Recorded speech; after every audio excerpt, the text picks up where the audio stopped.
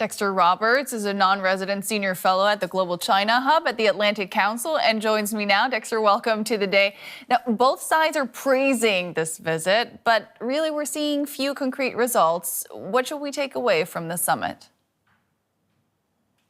Well, I mean, first of all, the fact that it happened at all was important. It was the first time a U.S. president had visited Beijing in almost a decade.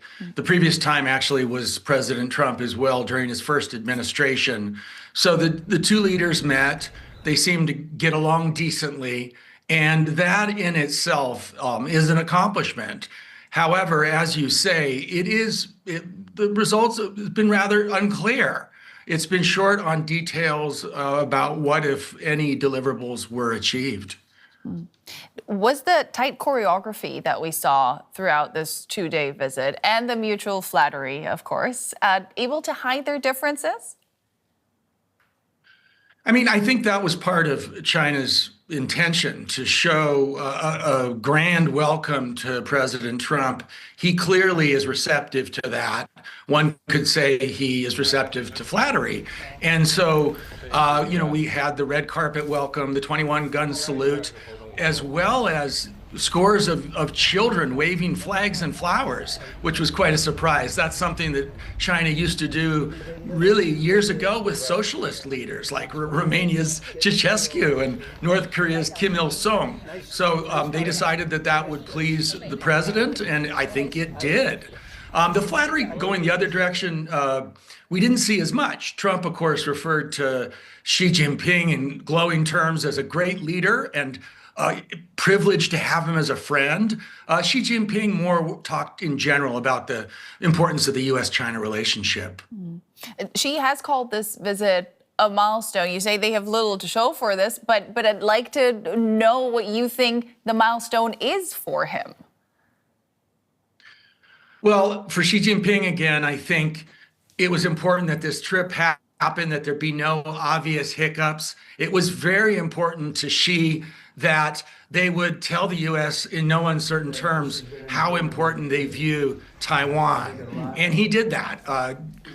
Xi Jinping actually, you could say he almost threatened the U.S. side. He referred to the dangers of clashes or even conflicts and said if the U.S. handled the Taiwan question in what China saw as an incorrect fashion, that could put the relationship in, quote, great jeopardy. There is a longstanding U.S. policy of not consulting China on arms sales to Taiwan. Trump, on his way back to the U.S., said he discussed them in great detail with Xi Jinping, though. And he still hasn't made a decision on a huge arms package for Taiwan. How worried do you think Taipei should be? I'm afraid Taipei should be worried. Trump actually, before the visit, had already said that when he spoke to Xi Jinping on a recent phone call, he had discussed arms sales then. I was rather flabbergasted by that. It's a real reversal from before. And of course, as you said, on the plane on the way back, he said he discussed arms sales in great detail with Xi Jinping. Secretary of State Marco Rubio on Thursday said that U.S.-Taiwan policy was unchanged, which should be encouraging to Taiwan. But he followed that by saying, as of now, as if that could change going forward. And I do think the signs are that there could be a change on the U.S. side. That would most likely be a statement by the U.S. president that the U.S. opposes Taiwan independence. Right now, the statement is that the U.S. does not support, but China would like to have the U.S. say it opposes, or that the U.S. supports what China's defined, quote, peaceful reunification. Do you get the impression then that Xi got what he wanted, that he came away with a feeling of having more room to test Taiwan going forward? I think so. I think also the fact that Trump mentioned that just because we have an agreement from 1982, he quoted the year, that doesn't, he suggested that doesn't mean I'm not going to talk to Xi about arms sales. Well, previous presidents have not talked to Chinese leaders about arms sales to Taiwan. So that's already a major concession to China. I believe that, this trip is going to probably make Beijing feel that it even has more leverage over the U.S. when it comes to trying to redefine the relationship with Taiwan. Yeah, Donald Trump wanted to come back with trade wins. He rocked up there with a huge and very powerful business delegation. The tariffs war is effectively on hold. What, if any, movement did you see on that front? Again, not a whole lot. There was, according to Trump, we don't have any confirmation from the Chinese side yet on any of this, but according to Trump, the Chinese have agreed to buy 200 Boeing airplanes. Of course, the CEO of Boeing was with him on the trip as well. That sounds good, but that's actually less than what had been predicted before the visit, when many were reporting that it might be as many as 500 planes. It's also less than during Trump's last visit in 2017, where China committed to, I think it was buying 300 planes.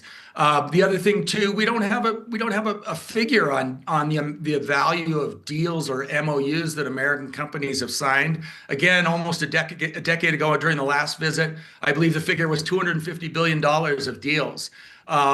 Another place I would note is still unclear on whether NVIDIA, the chip maker, will be able to sell its advanced H200 chip to China, which apparently the Trump administration has approved. Yeah, and NVIDIA got a last-minute invite to the trip. Now, before this meeting happened, it looked like Iran might end up dominating the agenda. Did it matter at all in the summit? Obviously, for the Trump administration, for Trump himself, Iran is very important, and they were very much hoping to get some sort of commitment from China to put more pressure on Iran, to help on ensuring safe passage for international ships through the Strait of Hormuz. I believe in the official readout from the U.S. side, Iran was mentioned 4 times. The Chinese side publicly never mentioned Iran at all.